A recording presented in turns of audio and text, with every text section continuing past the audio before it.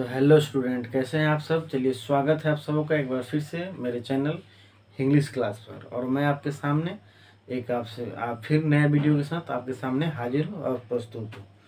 तो देख लीजिए, आज जो है आज का जो इस क्रम में जो वीडियो बन रहा है उसकी सिलसिलेवार में उस क्रम में जो है आज मैं फिर से 10th क्लास का जो बिहार बोर्ड सप्लीमेंट्री रीडर जो रेनबो आपका रीडर बुक है उसका जो है नेक्स्ट चैप्टर यानी कि चैप्टर नंबर लेसन नंबर 6 लेकर आ गया हूँ। इसके पहले जो हम लोग जो है वो ऑलरेडी 5 लेसन कंप्लीट कर चुके हैं, देख चुके हैं। वो मेरे चैनल पर पड़ा हुआ है, उसका मैंने प्ले लिस्ट बना दिया है।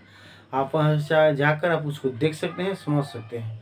मैंने अपने जो भी थंबनेल बनाया है या जो पॉइंट मैंने लिखा है आप देखे होंगे उस पर या तो ऑब्जेक्टिव टाइप स्टडी लिखा हुआ है या आपका ऑब्जेक्टिव टाइप स्टडी या पॉइंट वाइज स्टडी लिखा हुआ है। तो इसके लिखने के पीछे कारण यही है कि जो भी मैंने इस लेसन को बताया है, इस लेसन का समरी मैंने बताया है।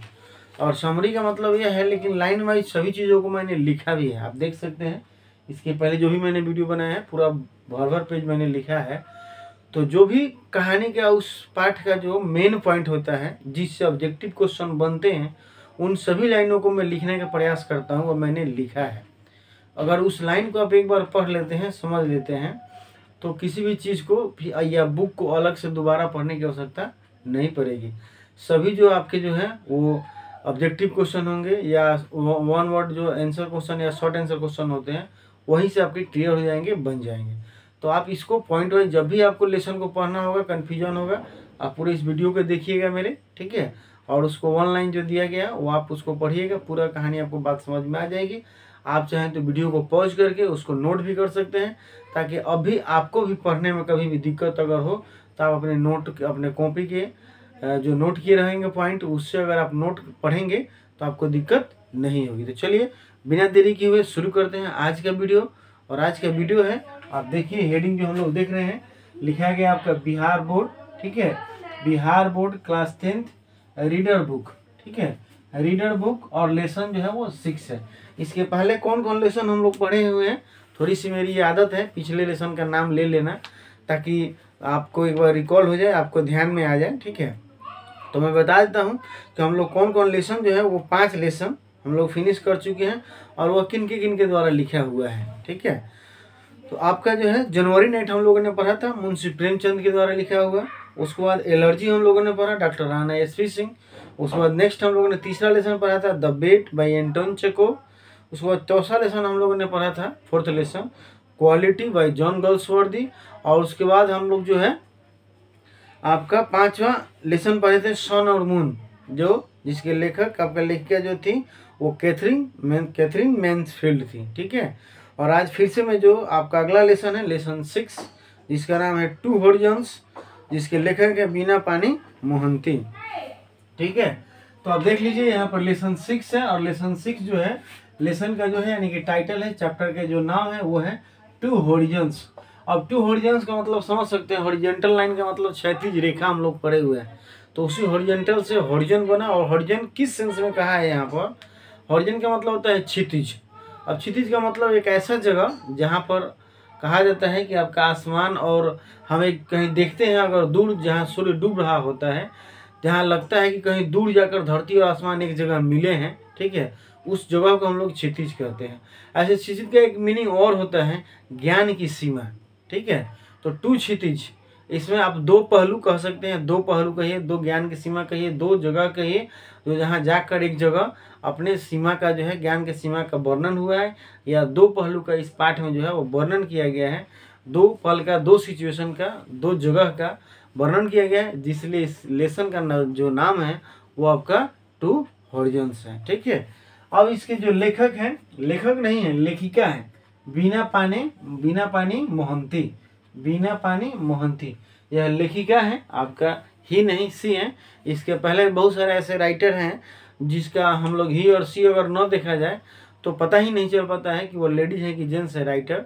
तो हमें थोड़ा ये जानना जरूरी होता है और विशेष ध्यान देना है इस पर कि वो ही है कि सी है। इसके पहले लेसन में भी ऐसा ही हुआ था। तो इसके लेखिका है बीना पानी मोहंती। तो चलिए इनके बारे में थोड़ा सा हम लोग देख लेते हैं।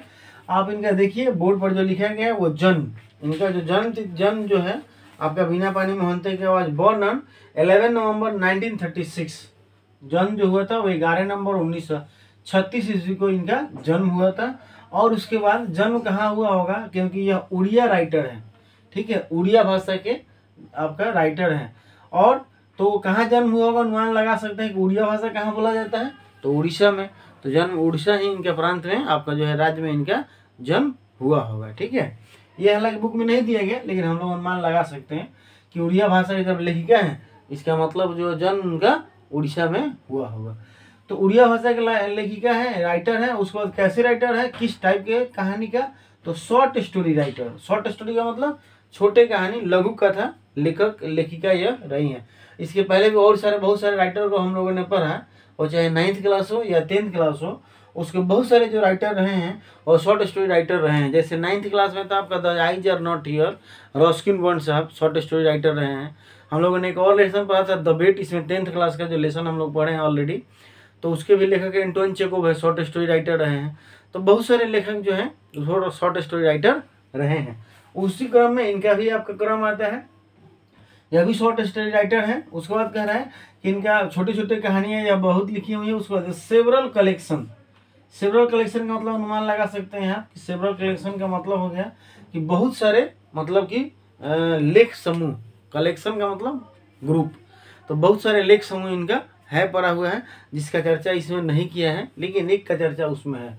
और वो कौन सा है, तो कह रहा है कि known as the Odia short story writer with the several collection, she also on the Orissa Sahitya Akademi award. देखिए इनको क्या क्या मिला है, इनको उड़ीसा, देखिए उड़ीसा का नाम आ गया ना, तो इससे हम लोग पता लगा सकते हैं। मैंने आपको पहले ही कहा था कि जब ये उड़िया राइटर है, उड़ीसा के लेखक हैं, उड़िया भाषा के, तो उड़ीसा में इनका जन्म हुआ होगा, ठीक है। तो इनको अब जो जहाँ का रहते हैं हम लोग, जहाँ पर मतलब कि जहाँ हमारा क्षेत्र रहता है, और अगर हम कोई अच्छे कारनामा कर देते हैं, तो जिस क्षेत्र की बात हो, चाहे वो कोई भी फील्ड हो, तो वहाँ के लोकल सरकार भी जो है, हमारा स्टेट गवर्नमेंट भी जो है, वह भी हमें सम्मानित करती है, सम्मानित हमें मतलब कि अवार्डेड करती है। और केंद्र सरकार जो होता है वो तो हमें देता ही देता है। तो उस तरह से उड़ीसा सरकार ने इनको, बीना पानी मोहंती जी को, ठीक है, उड़ीसा सरकार ने साहित्य अकेडमी का अवार्ड दिया, उड़ीसा साहित्य अकेडमी का अवार्ड, उनको सम्मानित किया। और जो साहित्य अकेडमी का अवार्ड है, साहित्य अकेडमी अवार्ड, यह क्या है, अवार्ड का मतलब प्राइज। और यह साहित्य अकेडमी का अवार्ड किस क्षेत्र में मिलता है, तो जो भी लेखक, जो भी राइटर लेखनी के क्षेत्र में, मतलब लिखने के क्षेत्र में प्रसिद्ध होते हैं, साहित्य के क्षेत्र में प्रसिद्ध होते हैं, उनको यह साहित्य अकेडमी का अवार्ड दिया जाता है। तो इनको उड़ीसा सरकार की तरफ से भी साहित्य अकादमी अवार्ड मिला था, और केंद्र सरकार का जो है वो तो सार्वजनिक जो है वो मिला है, एंड साहित्य अकादमी का अवार्ड मिला। अब कब मिला देख लेते हैं, इसमें यह बात मेंशन, हाँ मिला है। तो आपका कह रहा है कि अवार्डेड फॉर द पटाटा इन 1990, और ये कब मिला था, तो 1990 में, ठीक है। और क्यों मिला था, तो मैंने कहा था कि आपको बहुत अच्छा जब आपका वर्क होता है, कोई प्रसिद्ध कार्य होता है, लेख होता है, तो उसके लिए साहित्य अकेडमी का अवार्ड जो है वो मिलता है। तो आप यहाँ देख सकते हैं, ये जो है फोर पटाडाई, ये जो है दी, या पत्ता दी कहिए या पट्टा दी कहिए, यह एक वर्क है इनका उड़िया भाषा में, उड़िया क्षेत्र में, जिसको आपका, जिसके लिए इनको यह उड़ीसा साहित्य अकेडमी का अवार्ड और साहित्य अकेडमी का अवार्ड मिला कब, 1990 में, पटाडाई के लिए। यह भी उड़ीसा भाषा में ही है, इसका हिंदी रूपांतर हम लोग को पढ़ने के लिए मिलेगा, या आप ढूंढिएगा तो मिलेगा। यह भी वर्क जो हम लोग पढ़ने जा रहे हैं, जिसका नाम टू हॉरिजॉन्स है, यह भी आपका उड़िया भाषा में ही लिखा हुआ है, उड़िया भाषा का ही कहानी है। लेकिन इंग्लिश में हम लोग को जो पढ़ने के लिए मिल रहा है, और इंग्लिश में हम लोग पढ़ रहे हैं, तो यह ट्रांसलेटेड किया गया है, ट्रांसलेट वर्जन है, और ट्रांसलेटेड फ्रॉम द उड़िया। देखिए यह भी उड़िया में आपका जो है कहानी है, लेकिन ट्रांसलेट किया गया है आपको बाय जयंत महापात्रा। हम लोग इंग्लिश में जो पढ़ रहे हैं, तो यह एक व्यक्ति हैं जिनका नाम है जयंत महापात्रा, तो इन्होंने इस चीज़ को ट्रांसलेट किया है। इस चीज़ आपका, इस उड़िया आपका जो है कहानी है, इसको इंग्लिश में हम लोग पढ़ रहे हैं, इनके माध्यम से, ट्रांसलेशन के माध्यम से। तो ये जितना है, देखिए ये सभी ऑब्जेक्टिव क्वेश्चन है। लेखक कह रहे हैं कि टू हॉरिजॉन्स के लेखक कौन है, आपका ये लेखक कौन है, उनका जन्म कब हुआ था, कैसे राइटर थे, कितने उनके वर्क रहे, कौन कौन उनको अवार्ड मिला था, कब अवार्ड मिला था, किस वर्क के लिए अवार्ड मिला था, या किस भाषा के आपका जो है लेख है, उसके बाद इसको ट्रांसलेट किसने किया है, ठीक है। तो ये सब क्वेश्चन आपका, अब लिखने का पीछे मकसद यही है कि आपका जो भी ऑब्जेक्टिव क्वेश्चन बनता हो या शॉर्ट आंसर क्वेश्चन, वो यहाँ से आप उसको बना सके, समझ सके। ठीक, आगे बढ़ते हैं। आपका कह रहा है कि यह इस पूरे जो लेसन हम लोग पढ़ेंगे, इसमें पढ़ने से पहले थोड़ा सा कुछ क्वेश्चन है हमारे लेखक का कि how have you ever felt lonely, क्या कभी आपने अकेलापन महसूस किया है? और what do you do when you feel lonely, और अगर आप अकेलापन कभी कभार महसूस किए हैं तो आपने उसके लिए क्या किया है? ये आप सोचते रहिएगा। लेखिका का आपसे सवाल है कि आप जब अकेले होते हैं तो आप क्या करते हैं। ठीक है, तो मजाकिया टाइप के लोग जो होंगे वो सीधे कह देंगे हम तो मोबाइल देखते हैं, क्योंकि अब अकेलापन वाली बात ही नहीं रहा। मोबाइल अगर है साथ में तो कोई अकेले नहीं है, दुनिया को हम देख रहे हैं एक छोटे से स्क्रीन पर। ठीक है, तो ये रहा। अब देखिए ये जो पूरा कहानी है यह एक लेटर फॉर्म में है। अगर कहा जाए कि यह कहानी का वर्क जो है, वर्क का जो टाइप है वो किस तरह का वर्क है, तो यह एक लेटर है आपका जो है, ये कहानी जो है वो लेटर फॉर्म में है। मतलब बहुत जितना भी वर्क लेखक का होता है वह किसी न किसी टाइप का होता है। जैसे कोई आपका जो ड्रामा होता है, कोई पोएम होता है, आपका कोई इंटरव्यू होता है, कोई एसे होता है, कोई स्पीच होता है, तो ये सब क्या है आपका कहानी का जो है वो टाइप है। तो उस टाइप में यह क्या है, लेटर है। ठीक है, और कैसा लेटर है, तो इस लेटर जो है, यह लेटर लिखा गया एक डॉटर एंड मदर के बीच की लेटर है। हम लोग जो यह आज लेटर पढ़ने जा रहे हैं, जो कहानी में लेटर वर्णित है, जो दिया गया है, यह आपका जो है एक डॉटर यानी कि एक बेटी और एक माँ के बीच की जो है पत्राचार का जो है वो वर्णन है कि दोनों एक दूसरे को लेटर भेजती हैं, पत्र भेजती हैं, और दोनों के बीच में क्या वार्तालाप होती है उसका वर्णन हम लोग इस कहानी में देखेंगे। ठीक है, तो चलिए थोड़ा सा हम लोग और कैसे कौन क्या होता है ये थोड़ा सा देख लेते हैं। देखिए लेटर का मैंने फॉर्मेट बना रखा है। लड़की जो लिखती है फर्स्ट लेटर जो है, आपको इसके पहले मैंने यहाँ पर लिखा है कि पहला लेटर जो है आपका फर्स्ट लेटर जो है वह लड़की लिखती है, यानी कि बेटी लिखती है। किसके माँ के लिए, तो लिखती है माँ, योर डॉटर लास्ट में लिखा जाता है। ठीक है, और दूसरा लेटर जब माँ उसको पढ़ती है और पढ़ने के बाद विचार करने के बाद तब वो अपने लड़की के पास उस लेटर को लिखती है, दूसरे में वह पत्र लिखती है, और उसका भी जो है यही इस लेसन में इन्हीं दोनों के पत्र का जो है वो वर्णन हुआ है। बीच में थोड़ा देर के लिए गैप भी है इसमें, क्योंकि जो लड़की जो बेटी जो है माँ को पत्र लिखती है और माँ उस पत्र को पढ़ती है, पढ़ने के बाद कुछ देर तक सोचती है, विचारती है, वह गैपिंग इस बुक में दिया गया है। और उसके बाद जो है वो क्या करती है आपका, वो फिर पुनः लेटर लिखती है अपनी बेटी को समझाते हुए। तो यही पूरा चर्चा है इसका आपका जो है इस पूरी कहानी में।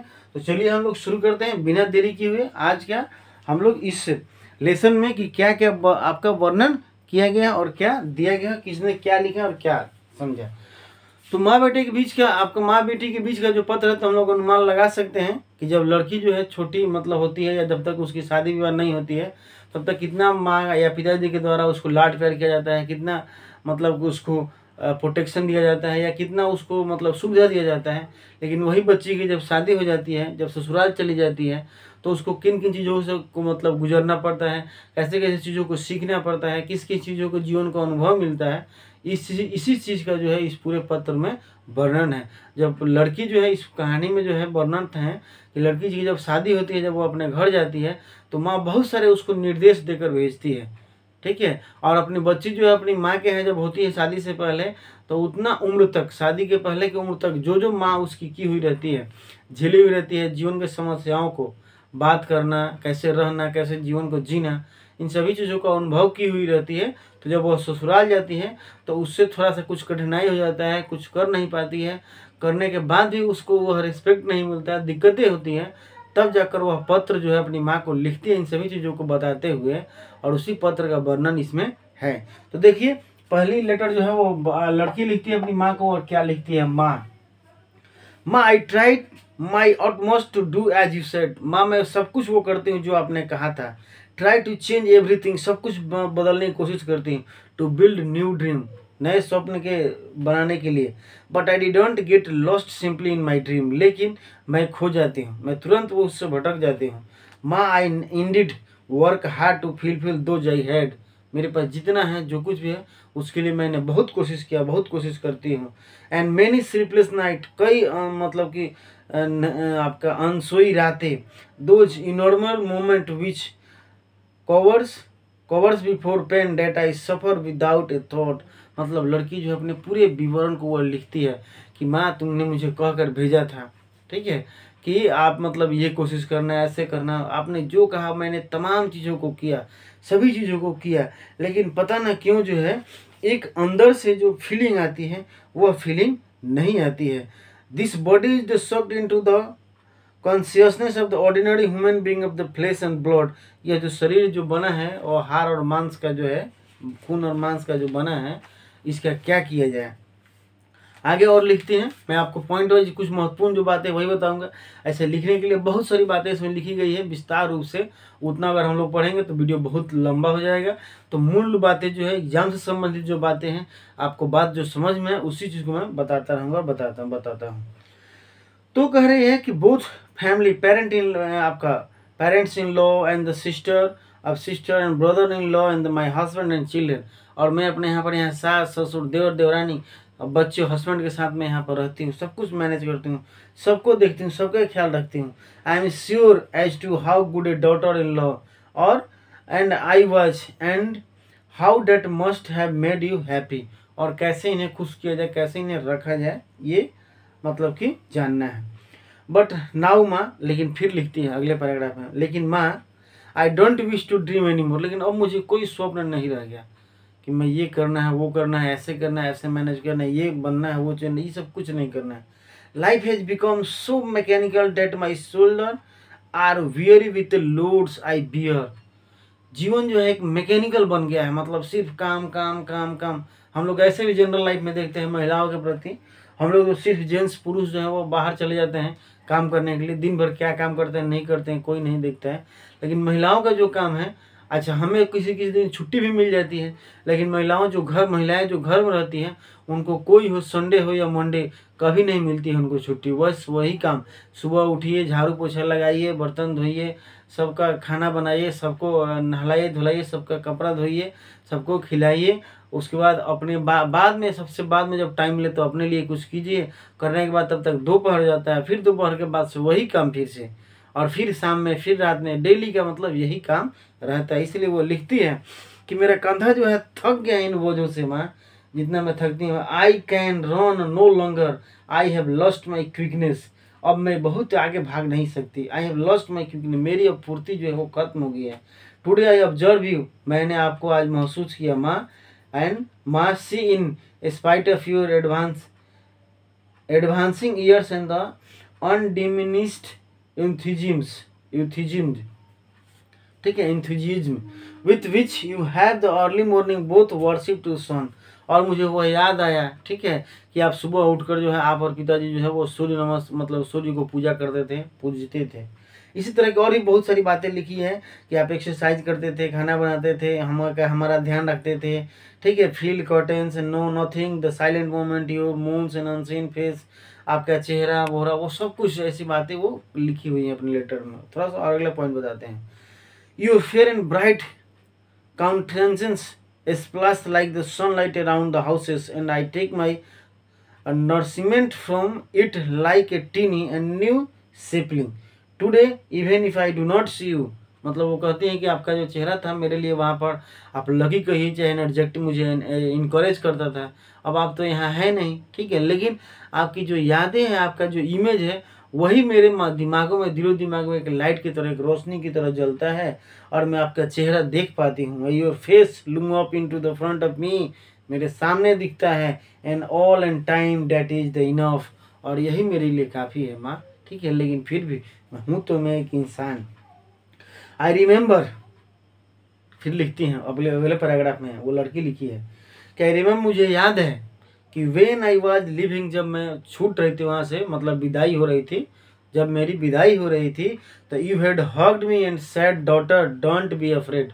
आपने मुझे गले लगाया था माँ और कहा था कि बेटी घबराना मत। No one can live on this world in a fear, कोई भी व्यक्ति जो है, no one can live on this world in fear, कोई भी व्यक्ति जो है वो डर से नहीं जी सकता, ठीक है। And once has to bring out the power from within oneself and face the world, और किसी को कोई मदद नहीं करता, सबको अपने आप जो है, सबको अपने अंदर की शक्ति से ही दुनिया को फेस करना पड़ता है, सामना करना पड़ता है। आपने यह बात मुझे कहा था माँ। Our way are the dark, हमारे रास्ते जो हैं अंधेरे हैं, हमें खुद पथ को बनाना पड़ता है। It is only the light of one's own eyes which show the way, और हमारी सिर्फ आँख की अपनी जो रोशनी है, मतलब हमारे अपने कर्तव्य जो है, हमारे अपने माइंड जो है, जिसकी वजह से हमें रास्ता दिख पाता, हम लोग आगे बढ़ पाते हैं।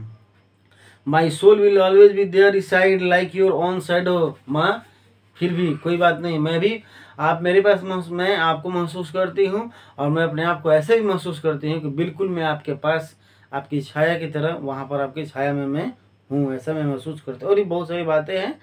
And the sudden sari and the sudden, और क्या मतलब पहनना, क्या पूजा करना, क्या उठना, क्या बैठना, क्या खाना, इन सभी चीज़ों का वर्णन है। कुछ महत्वपूर्ण पॉइंट है जो मैं आपको बताता हूँ।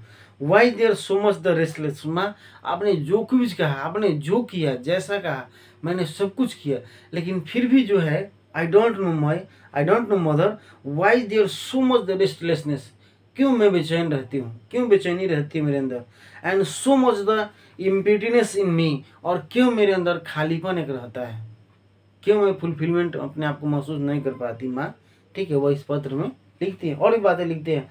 माई realise if I look back you will turn into a stone, and if I the take the step ahead I will place my feet in the fathomless deep and I am unable to see my own way। और वो भी बात उसमें बताती हैं, कहती हैं कि मैं कभी कभार किसी चीज़ को करने में कंफ्यूज हो जाती हूँ, रास्ता नहीं दिख पाता आगे कि इसके आगे क्या होगा या कैसे होगा, क्या किया जाए। नेक्स्ट पैराग्राफ और लास्ट पैराग्राफ, वो इतनी बातें वो समझाती है, अपने पूरे दुखड़ा को बयां करती हैं, अपने हैप्पीनेस को बताने का अपने वो वर्णन करती हैं, अपने लाइफ के मतलब स्थिति को वर्णन करती हैं, अपने मेहनत को वर्णन करती हैं, अपने दिल की बातों को वर्णन करती हैं, करते हुए लिखती हैं। और लास्ट पैराग्राफ में क्या लिखती हैं, कैन यू टेल मी, क्या मुझे बता सकती हो माँ कि why is that I am not able to achieve your fulfilment in my consciousness. आपने जिस जीवन के मुकाम को हासिल किया है, पा लिया है, आप जैसे बन गई है, मैं क्यों नहीं बन पा रही हूँ, मैं उस चीज़ को क्यों अचीव नहीं कर पाई हूँ। व्हाट आई हैव डन माँ, क्या मैंने किया है, मुझे क्या करना है। Why can't I do as you, मैं क्यों नहीं कर सकती आपके जैसे, जैसे आप करती हैं। Why is this the weariness of mind, मेरे अंदर कौन सी धारणा है, कौन ऐसी बात है। योर डॉटर, और लास्ट में इतना लिखने के बाद लिखती हैं कि योर डॉटर। अब इतना जब लेटर को जो है वह पढ़ती हैं, उसकी माँ उस लेटर को पढ़ती हैं, और पढ़ने के बाद थोड़ा सा बीच का एक सिचुएशन इसमें गैप है कि उसकी माँ पढ़ती है और पढ़ने के बाद क्या करती हैं उसको मैं आपको बताता हूँ। ठीक है, और उसके बाद फिर आगे हम लोग पढ़ेंगे कि वो क्या लिखती हैं अपनी बेटी को। तो देखिए इसमें लिखा गया है कि वो पढ़ने के बाद थोड़ा सा जो गैपिंग होता है, the world appear more the blurred माँ when she read the letter in the already blurring light of the eyes. अब कहती हैं कि धुंधली भरी आंखों से इस धुंधली भरी दुनिया में वह पत्र को, बेटी के पत्र को पढ़ती हैं। ठीक है, अब धुंधली भरी का मतलब यह हुआ कि अगर कोई मान लो कि माँ ही है और बच्चा कोई अगर वर्णन कर रहा है, चाहे वो लड़का हो या लड़की, अपने फीलिंग को वर्णन कर रहा है, तो गार्जियन जब वह सहाय होता है, उसकी मदद नहीं कर पाता है, वहाँ जा नहीं पाता है, उससे मिल नहीं पाता है, उस समय के सिचुएशन का वर्णन होता है, अपने आप को थोड़ा सा आदमी सेंटिमेंट हो जाता है। और इसीलिए ब्लड शब्द का प्रयोग किया गया कि इन धुंधली आंखों से, धुंधली मतलब कि पत्र को वो पढ़ती हैं क्योंकि पहले से वो इस सिचुएशन को जानती हैं। अब वो उसमें कुछ और बातें जो है थोड़ा देर के लिए, her daughters was never that one bead exhorted after this many years. अब वो पढ़ने के बाद पत्र को एक लाइन इसमें फील करते हैं कि क्या बात है, आज तक मतलब इतने वर्ष हो गए शादी के, लेकिन बेटी कभी ऐसा नहीं लिखी या उसके मन में कभी ऐसे फीलिंग नहीं है, लेकिन अब वह लग रही है कि थक गई है अपने जीवन से। And can't her the daughters understand how difficult it was for to the travel and bear to near। और मैं अपने बेटी को कैसे बताऊं, कैसे वर्णन करूं कि मैं उसको चीज़ डिफ़िकल्टी को समझ सकती हूँ, परेशानी को, लेकिन मुझे उसके पास आने में कितनी परेशानी है, कठिनाई है, कितना दूर है, यह वो मतलब कि क्या मैं कहूँ और क्या बताऊँ, मैं वहाँ जा नहीं पाऊँगी। और सोचने विचारने में कुछ और बातें हैं। माँ वाइप्ड हर ग्लासेस, अपने चश्मे की, ठीक है, हटाकर उसको पोंछती हैं। And read the letter again, शीशा को पोंछती हैं, साफ करती हैं उठाकर, और फिर उस पत्र को पढ़ती हैं, अपनी बेटी जो लिखी हुई रहती है। ठीक है, and some concealed pain made her the shiver, कुछ छिपी हुई दर्द जो होता है उसको कंपा देता है, किसको, माँ को। यह सिचुएशन कब का है, जब वह पत्र पढ़ ली रहती है, उस समय का गैपिंग का जो है वो सिचुएशन है। पुनः पढ़ती हैं। फिर उसके बाद क्या बात है कि वह कँपा देता है। Time and again she went into the puja room and shut the door locking herself in. और वह पूजा रूम में चली जाती हैं इस सभी चीज़ों को सोचते हुए, जाकर अपने आप को बंद कर लेती है उसमें। ठीक है, मतलब हो सकता है जाकर उस रूम में अपने आप को वो कंट्रोल कर की होंगी और कही होंगी कि ऑल इज वेल, मैं माँ हूँ, अगर मैं ही घबरा जाऊँगी तो मेरी बेटी का क्या होगा, और अपने आप को अंदर से कॉन्फिडेंस लाकर और फिर पत्र लिखी होंगी, ऐसा हुआ होगा। ठीक है, तो पूजा घर में जाती हैं और जाकर क्या करती हैं कि वो अपने आप को बंद कर लेती हैं। और उसके बाद जब वहाँ से आती हैं तो और कुछ बातें होता है इसमें कि वो सोचती हैं, विचार करती हैं, विचार करने के बाद दबाती हैं और तब वह पेन एंड पेपर उठाती हैं और तब वो लिखती हैं दूसरे लेटर में उसे अपने तरफ से बेटी को, डियर डॉटर, प्रिय पुत्री। ठीक है, dear daughter, I got your letter, मुझे तुम्हारा पत्र मिला, and I was delighted to receive a long one from you after so long. बहुत खुशी हुई मुझे तुम्हारी तरफ से इस पत्र को पाकर कि बहुत दिनों के बाद तुमने यह पत्र मुझे लिखा है। You don't have the time to come here, नहीं तुम्हारे पास समय है मेरे यहाँ आने के लिए, क्योंकि आप सब बखूबी सभी जानते हैं कि जब भी बच्चे जो हैं या लड़कियों की जब शादी हो जाती है तो ससुराल में उसके लिए सब कुछ हो जाता है। वहाँ पर उसके जो बच्चे हो जाते हैं वो वहाँ के माहौल में जब ढल जाती हैं तो मायके उसके लिए कुछ नहीं रह जाता है, बहुत कम आना जाना उसका होता है, सारा परिवार उसके ससुराल में ही होता है। तो so you don't have time to come here, तुम्हें यहाँ आने का समय नहीं है। And I don't have the strength to come you to even though and I have time, और मेरे पास शक्ति नहीं है। I don't have the strength to come you, और मेरे पास शक्ति नहीं तुम्हारे पास आने के लिए, जबकि आई हैव द टाइम, लेकिन मेरे पास समय है लेकिन शक्ति नहीं है। तुम्हारे पास शक्ति है लेकिन समय नहीं है। Still I am there by your side like your own side, लेकिन हमेशा याद रखना I am there by your side and like your own side. जैसे बेटी ने लिखा था कि मैं अपने आपकी छाया में अपने आप को महसूस करती हूँ, या आप मेरे हमेशा पास रहती हूँ, या मैं आपके पास रहती हूँ, बिल्कुल उसी तरह का पत्र में जवाब देती है माँ कि मत घबराना, I there be side like your side, मैं हमेशा तुम्हारे साथ तुम्हारी छाया बनकर वहाँ रहती हूँ, मैं तुम्हें देखती हूँ, मैं तुम्हें ऑब्जर्व करती हूँ, मैं तुम्हें फील करती हूँ। वह पत्र में लिखती है कौन? माँ। किसको? बेटी को, जो दुख भरी दर्द भरी पत्र को लिखी थी। अगला कुछ पॉइंट, महत्वपूर्ण पॉइंट जो लिखी है, you seem a little tired my daughter, बेटी तुम कुछ थकी हुई लगती हो, महसूस होती हो। दिस हैपन, ऐसा होता है, लेकिन ऐसा होता है। Who doesn't go tired, I was to on the life long road, तुम घबराओ नहीं, ऐसा जीवन यही है, जीवन यही है। जीवन में जो है ऐसा होता है, सबको थक कर तुम आज जितनी चीज़ें, जितना वर्णन की कि मैं थक जाती हूँ, सुबह जगती हूँ, इनको देखना उनको देखना, ये करना वो करना, जितना काम किया वो सभी चीज़ों को कर कर ही कोई आगे बढ़ता है। सबको थकना पड़ता है, सबको उबना पड़ता है, सबका ऐसे मतलब माइंड मिजाज हो जाता है, लेकिन जो इन चीज़ों को आगे बढ़ जाता है, जो इन चीज़ों को झेल जाता है, वही आगे बढ़ता है। देखिए उस माँ की क्या सोच है। और आजकल की अगर माँ होंगी डिजिटल युग की तो क्या कहेंगे कि छोड़ दो, तुम अपना देखो, अपना काम करो, अपना के बनाओ खाओ, छोड़ो, सबके फेरा में नहीं पड़ना है। ठीक है, तुम तो बीमारी पड़ जाएगी, तुम मेरी बेटी फूल कुमारी हो, राजकुमारी हो।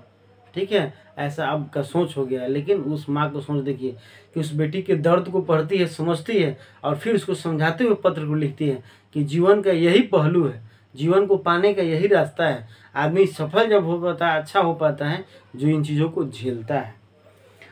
और nobody else was, और कुछ पॉइंट है, nobody else was there with me, और ना ही जब मेरी बात वो आप लिखती हैं कि मेरे समय भी ऐसा ही था, मेरे समय भी उस समय कोई नहीं था मेरे साथ। ठीक है, and how many different in that time are and that and this like between heaven and hell, और कैसा समय आ गया उस समय और अब में। ठीक है, क्या डिफरेंसेस है।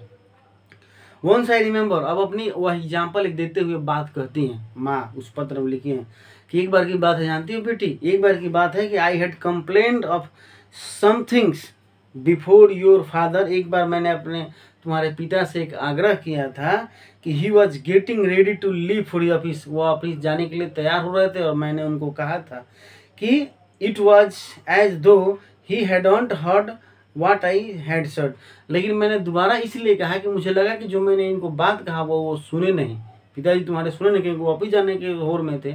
तो मैंने दोबारा उसको, when I repeat my words, जब मैंने दोबारा उस बात को तुम्हारे पिताजी को कहा तो ही हैड आंसर ग्रफली, उन्होंने डांटते हुए मतलब जवाब दिया, I don't forget what I hear once. अरे भाई एक बार सुन ले तो भूलेंगे नहीं ना, बार बार कह रही हो, ऐसे अंदाज में उन्होंने कहा। And is it necessary for you to remind me suddenly how strange in the stern had this face in the man I would known for years become. इस आदमी को मैं बरसों से जानती हूँ, बरसों रही हूँ, उनका ऐसा रिप्लेसमेंट था, ऐसा उनका जो क्या था, सॉरी रिप्लाई था। ठीक है, तो जीवन में ऐसा होता है, चाहे वो महिला हो या पुरुष हो, सबको ऐसा ही झेलना पड़ता है और वही परफेक्ट हो पाते हैं, क्योंकि प्यार वही करते हैं, सब कुछ फुलफिल वही करते हैं रिक्वायरमेंट को, लेकिन फिर भी उस समय वो थोड़ा सा कड़क आवाज में बोलते हैं। तो यह सिचुएशन का दोष है, उनका दोष नहीं है। अगले इन सभी बातों को समझाते हुए बहुत पूरी बात माँ जो है वो लिखती है, बेटी को समझाती है और कहती है कि तुम घबराना मत बेटी, ठीक है, धीरे धीरे सब समझ जाओगे, सब आ जाएगा। Correct, have you ever observe the mimosa plant and my daughter seen to the mealy faded of the monsoon. आपका ये मंथ जिससे मानसून की हवा का वो एग्जाम्पल देती हैं, एक छुई मुई का पौधा है उसका वो एग्जाम्पल देती हैं।